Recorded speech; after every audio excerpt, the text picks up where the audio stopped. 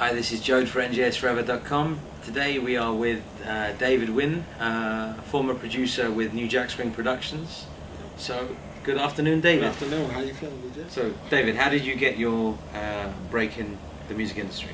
Well, I got my break years ago. I used to be a DJ around in Englewood, New Jersey, which was the mecca for the Sugar Hill Gang and Sugar Hill Records. I grew up with Sylvia Robinson's son, Leland. So being around that, I would be in the studio looking at the Sugar Hill Gang and stuff like that, and I'm little, and I'm like, man, I want to make a record or something like that. And then seeing Grandmaster Flash and people like that, DJing. So I really got my DJing skills up. I did that for a while. I got a minor break there by DJing on one of the West Street Mob songs. It was called Mosquito. And from there, it just snowballed. I started hanging out in New York at different clubs. Ran into a friend of mine, Rob Bass. And I met up with Teddy Riley. And me and Teddy, we gelled. At the time he was starting to do some production. He was doing a lot of the shows at the Apollo Theater. What year was that? Oh my God, it was in the 80s, probably like 84, 85. Okay. Around there. And then, from there we started politicking, and he did a song with Dougie Fresh, as you know, The Show. And we just started talking on a regular basis. I showed him a studio over in New Jersey, in Englewood, called Hillside Studios. So he started doing a lot of production over there. He did his first Guy album over there when he got his group together. Well, that group, because he did another group a long time ago. Kids at Work. Kids at Work, there you go. Well, that was ages ago with LaVeba. They look really funny on the album cover, but sorry, Teddy, it's a bad picture. Yeah, that was way back. But from there, I worked with him on things, and we started doing business together. He formed a group with his brother, the Wreckx N Effect, with Akil and Markel. And Brandon. Yeah, and Brandon. I forgot about Brandon. Can't forget about Brandon. God bless. And like I said, I got to meet like Rob Bass, Dougie Fresh, because they were all in the same neighborhood. Sure. So I started working solely, we'll say solo, with Rob Bass. I got to mix the It Takes Two song. Then I ended up doing 8 songs in total with Rob Bass. 3 on the first album. So you were the mixer on It Takes Two? Oh, without a doubt. It's funny because it was back then, there was no automation. It was like you had to press the buttons to mute. It was like 6 of us on the board going like this. It was like 12 hands. Wow. Yeah, it was real crazy. Really, really crazy. So, at what stage did you start working with Teddy Riley? You'd say from that point on? Yeah, from that point on, we were just working. He lived in Teaneck for a minute at these condos, his famous condos. They call them the Glen Point. He then moved to Virginia. So I didn't move to Virginia, but I would, submit tracks to him. I was up and down the Turnpike, the New Jersey Turnpike, submitting songs, So I got a couple of songs placed on different artists that he was working on. My biggest song, let's say my biggest single to this date, would be RumpShaker with Wreckx N Effect. Yeah, because that's the first time I heard your name, because if you look at the Wreckx N Effect Hard or Smooth album, it wasn't your conventional Teddy Riley production. It was Teddy Riley with David Wynn, yes, with Franklin Grant, yes, with Anton Hollins, all these different people.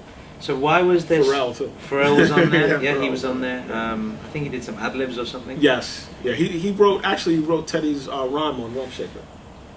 Teddy's verse. Yeah. So what was the deal with that particular record? Why were there so many producers? What was the logic behind that? Well, because it was at the time we had a lot of producers around, and we had quite a few people. Basically, it was a Top 5 production. Top 5 had a group that he started, and when me, Ark, and Markel came down to Virginia, we heard Ty Fife's production. And I felt his production was good, that I wanted it on the Wreckx album. Half of Ty's album with his group went towards Wreckx because I convinced Teddy and Ty to give it up towards the Wreckx project. And that's why you hear a lot of stuff that was on the Hard or Smooth basically was contribute more towards Ty Fife.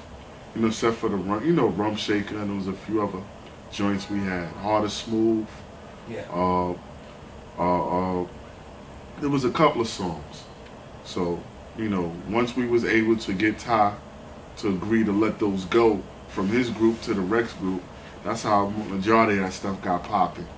And then everybody else start coming down and formulating from then and there. You know. All right, but with the other part of the RumpShaker song, I had a group that was also my production company itself was signed by way of Teddy to MCA, so we had submitted some songs for that, and RumpShaker itself was one of the songs that he wanted because of the hook. So the hook really came from myself and another gentleman. His name is Darren Callis. And we did that song. We also did another song called Easy Come, Easy Go on that album.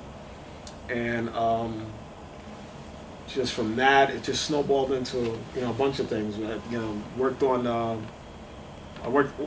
you know what, I think I did The Future.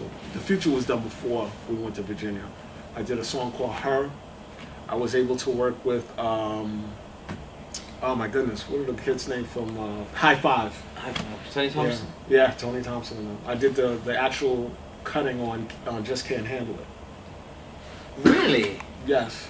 Interesting. That is I. Because I Just Can't Handle It was the credits are odd on that one because you had Bernard Bell. Bernard Bell. It says produced by Teddy Riley, Bernard Bell. They said it was mixed by Devante Swing. I don't think I was there when they did the High Five album. Yeah. I Just they Can't did Handle those It. two singles. Definitely got Devante Swing mixed by Devante Swing on it. I gotta check that one. But I when you say mix, I'm not saying mix. I'm talking actual the cut. Cutting. The very beginning where it's cutting, that's I.